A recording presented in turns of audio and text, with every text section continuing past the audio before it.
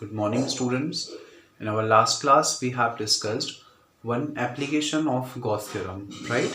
Now, there are two more applications of Gauss theorem, uh, which are also very important. The second application of Gauss theorem we are going to discuss. In this, we are going to find the intensity of electric field due to an infinite plane sheet. इसके previous case में हमने एक 1D shape consider किया था जिसको हमने line charge बोला था। तो इसके प्रीवियस केस में हमने लाइन चार्ज के कारण इंटेंसिटी ऑफ इलेक्ट्रिक फील्ड जो है वो कैलकुलेट की थी, राइट। नाउ इस केस में हम एक 2D शेप कंसिडर कर रहे हैं, मतलब एक प्लेन शीट कंसिडर कर रहे हैं। उस प्लेन शीट के कारण हम intensity of electric field calculate करेंगे। Okay, so we are going to derive an expression for the intensity of electric field due to a infinite plane sheet. So suppose this is an infinite plane sheet जो कि uniformly charged है और इस पर जो charge है that is positive charge. Okay, तो हमने एक प्लेन शीट कंसिडर की जो कि यूनिफॉर्मली चार्ज्ड है और जिस पर ये प्रेजेंट पॉजिटिव चार्जेस एक्यूमुलेटेड हैं इस तरीके से, right.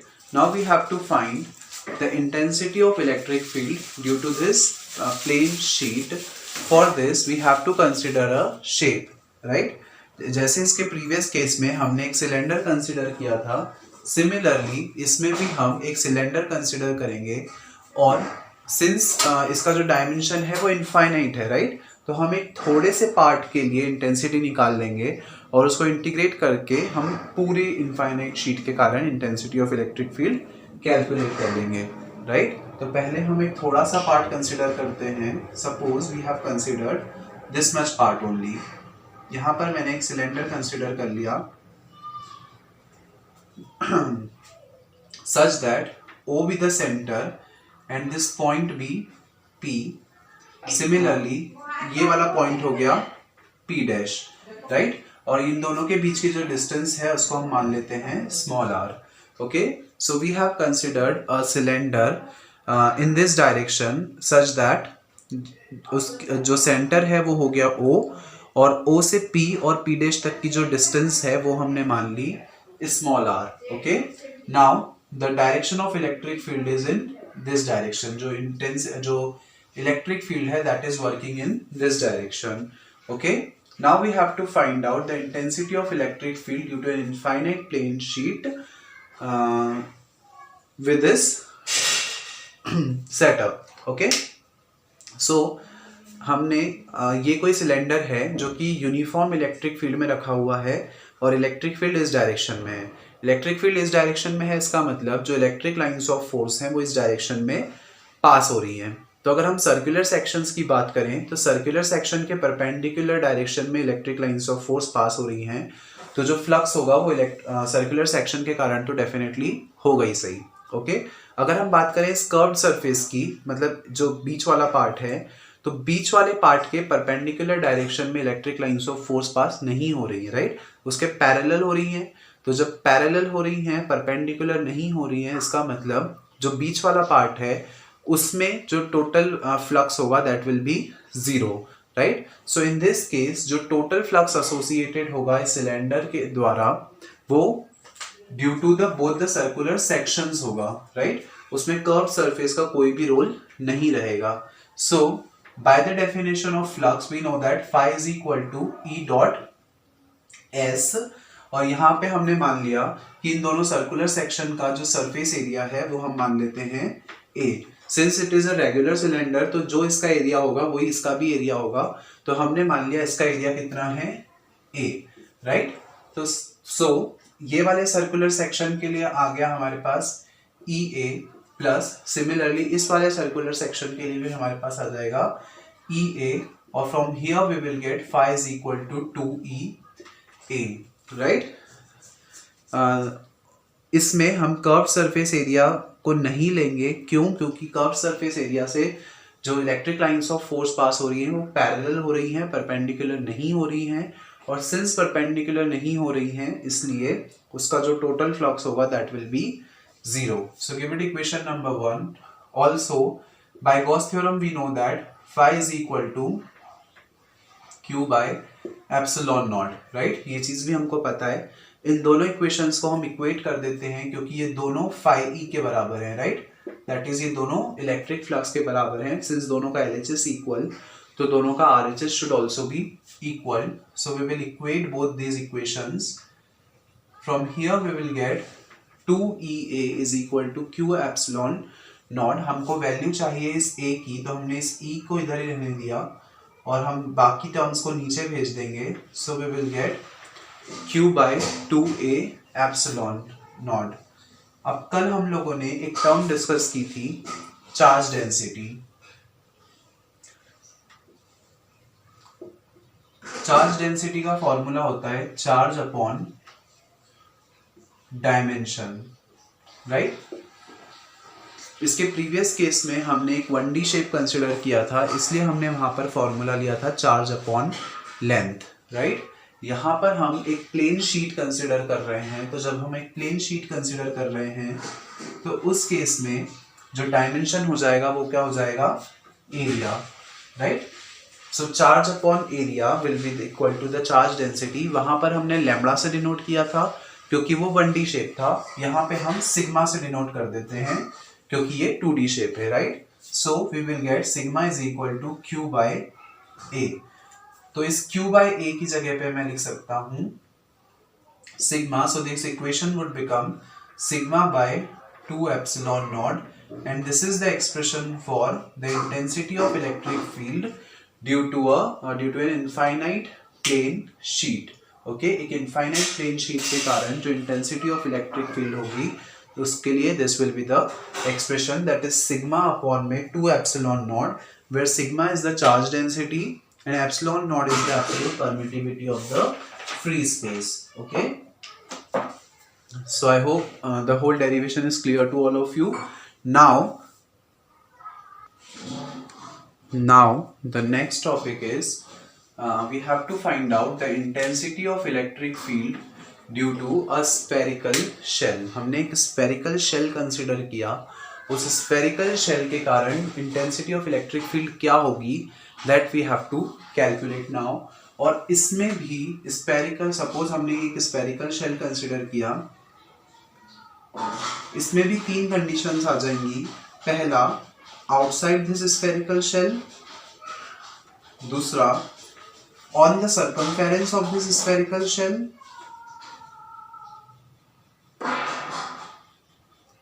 And the third one is inside the spherical shell. Okay, so यहाँ से भी हमारे पास 3 कंडीशंस आ गई, outside the spherical shell, circumference पर, और तीसरा inside the spherical shell. We have to calculate the intensity of electric field. Suppose this is our spherical shell, O be the centre. सबसे पहले हम आउटसाइड वाला केस डिस्कस करते हैं. Suppose ये कोई पॉइंट है P.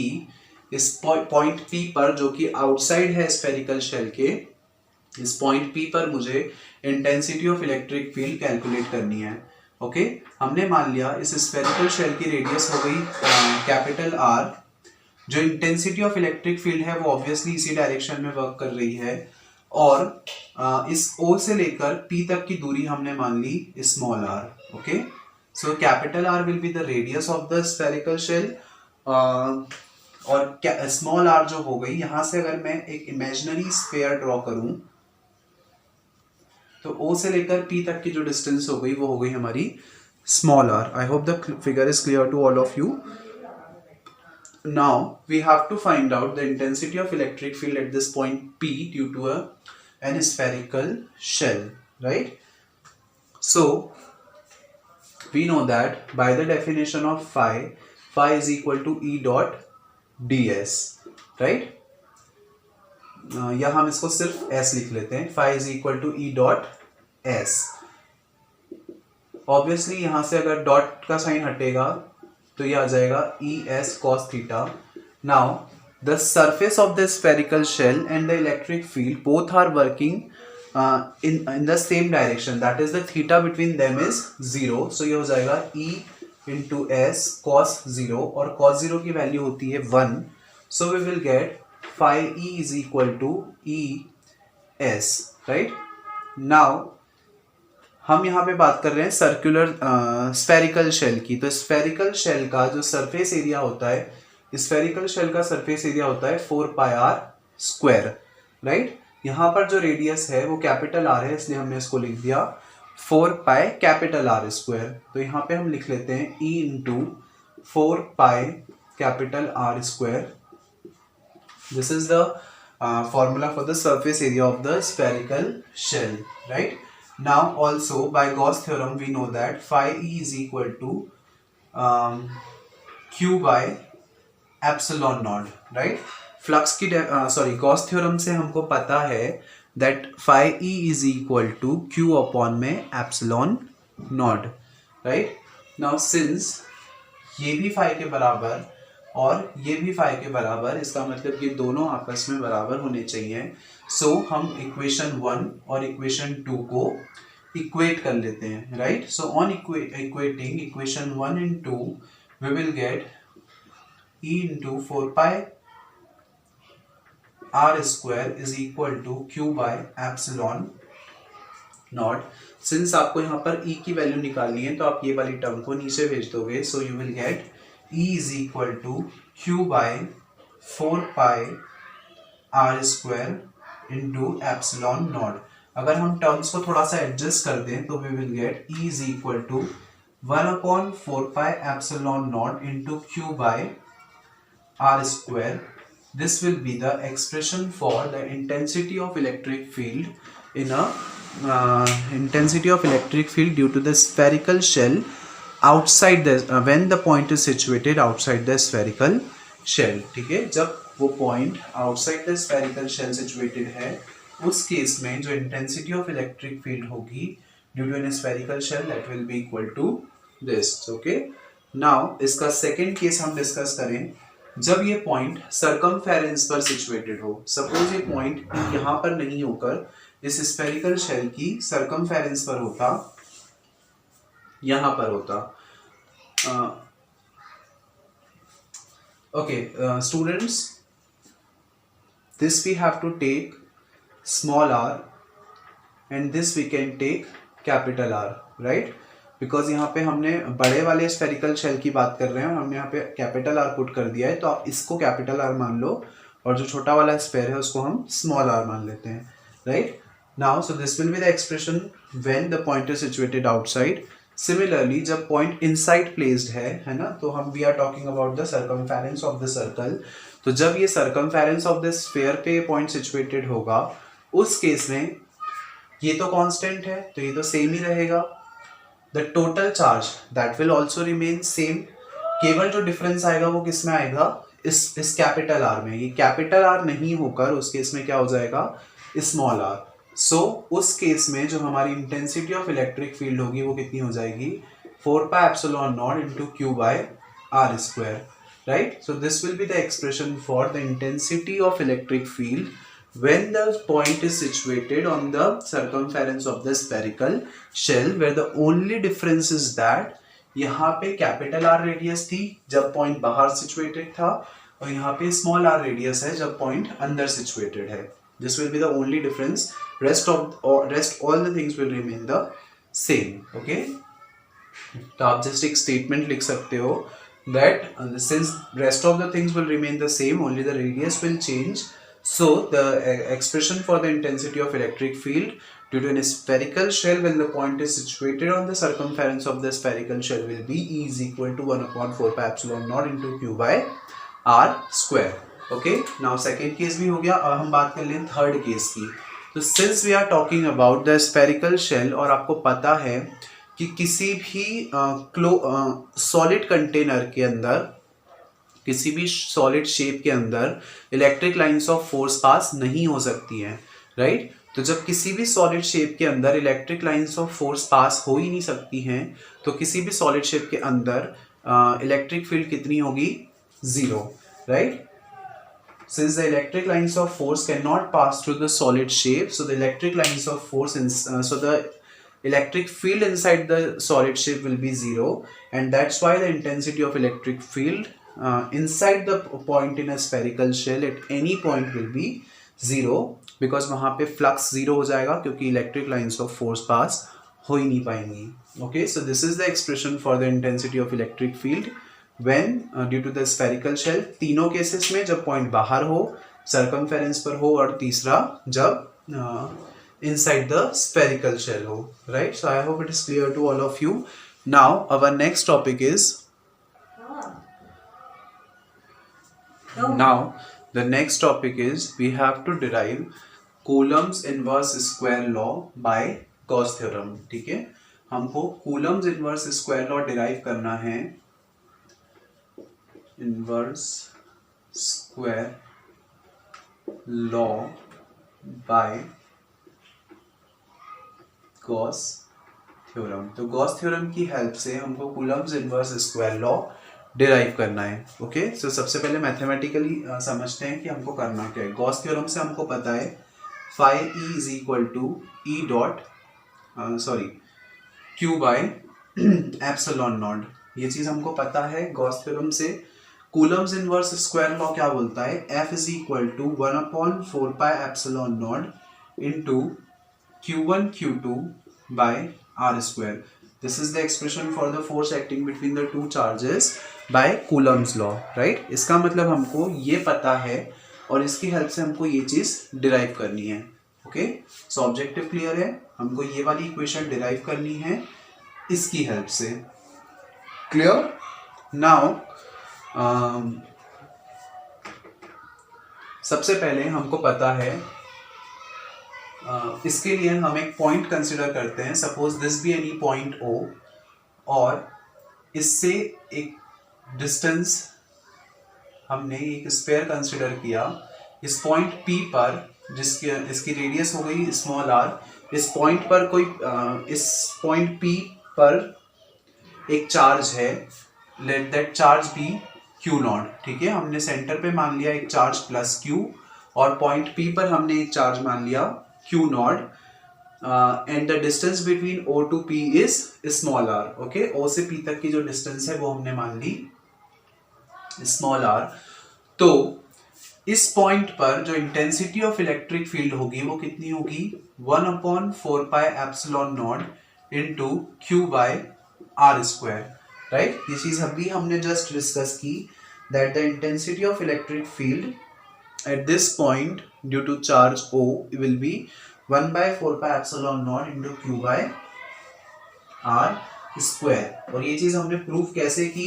We know that phi E is equal to E dot S, right?